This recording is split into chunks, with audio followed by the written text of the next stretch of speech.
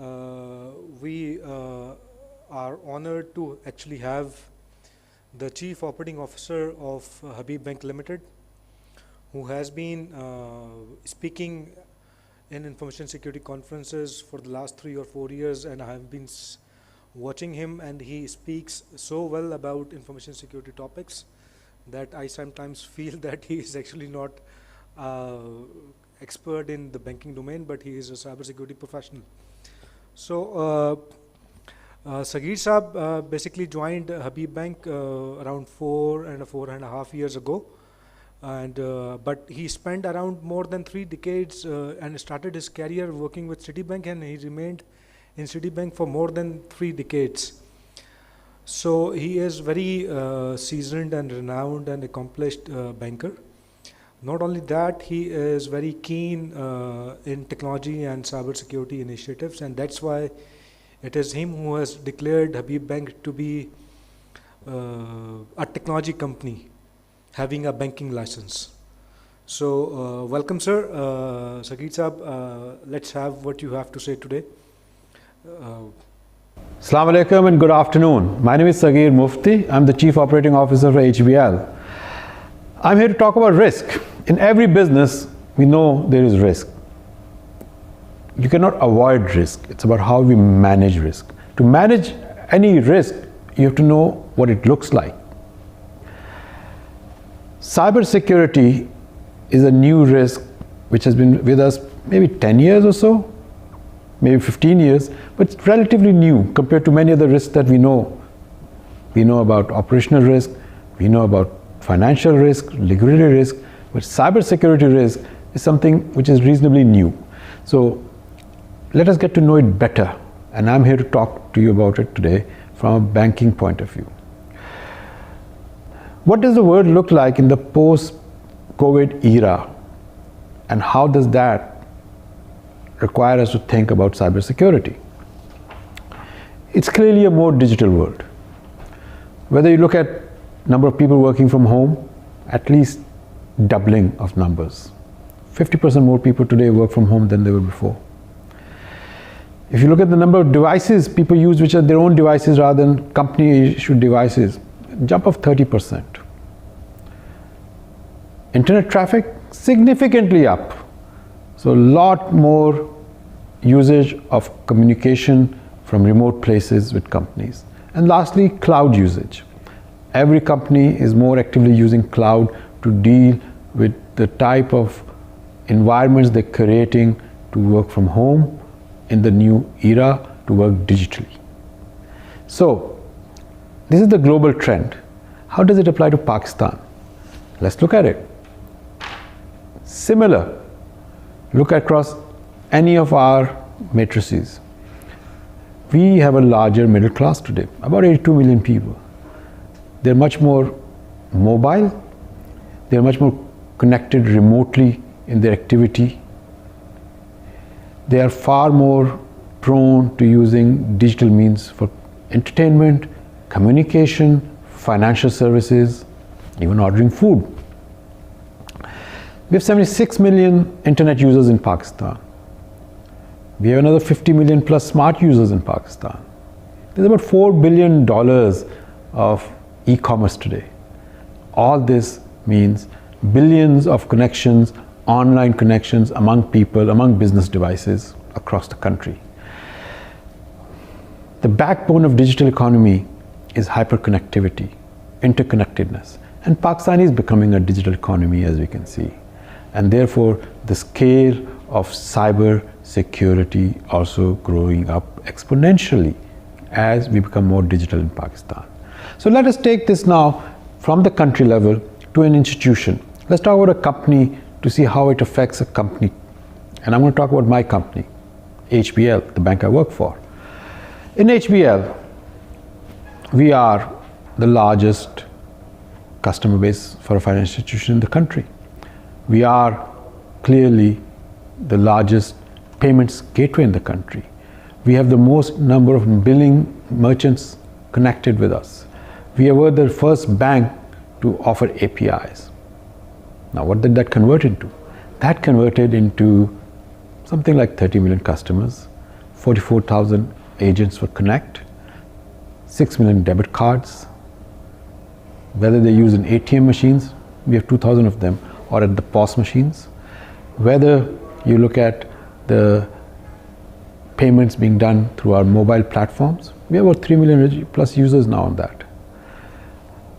We have built an ecosystem for payments to make it easy for our customers to deal with their funds with us.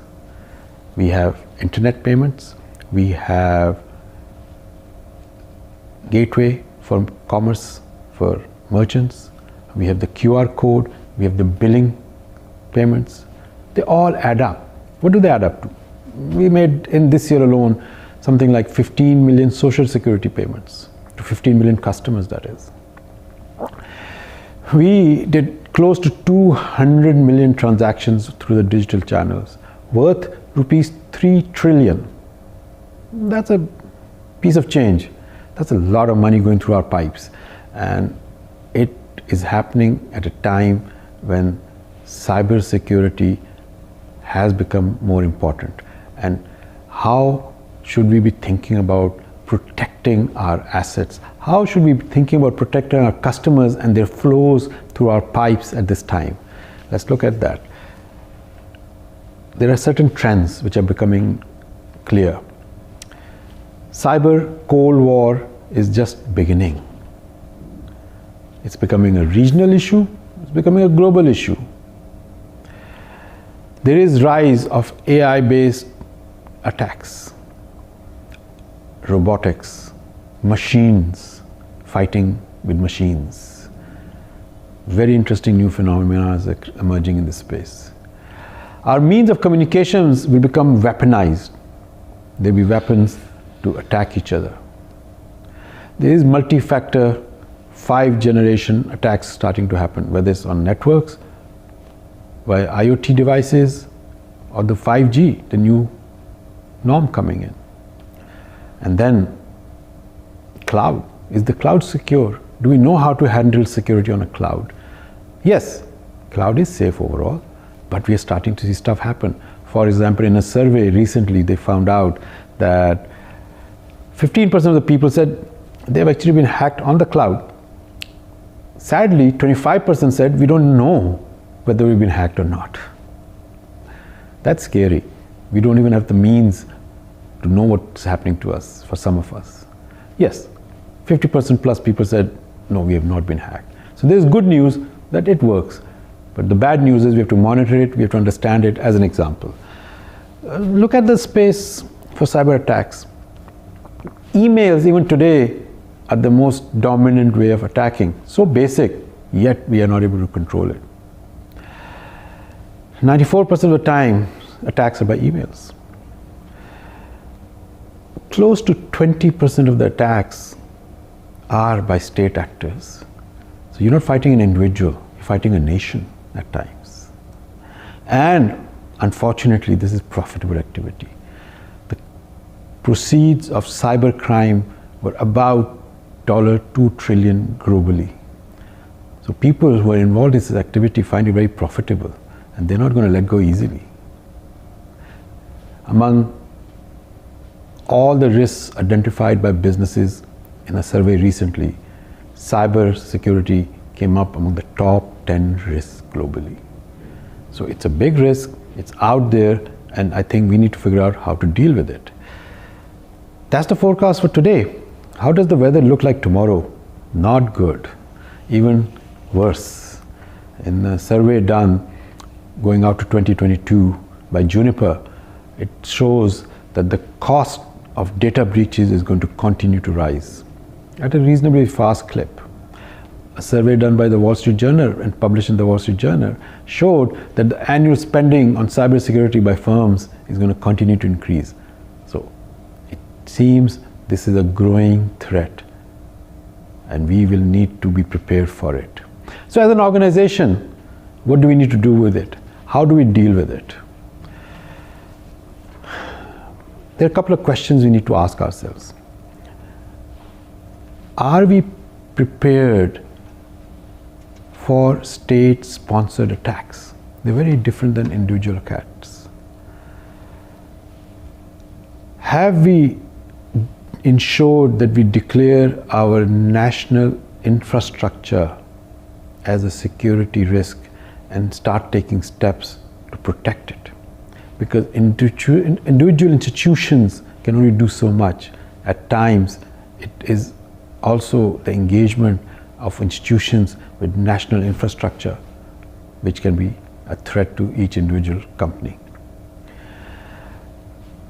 Talent. Are we producing enough talent to deal with this growing menace? Do we have enough people who understand cybersecurity and can help us deal with it? We have to start understanding it's not an IT issue. It's a strategic issue. It has to be dealt with through a framework, not just buying technology. And then, most likely, we will need to ensure it becomes top of the agenda in every firm.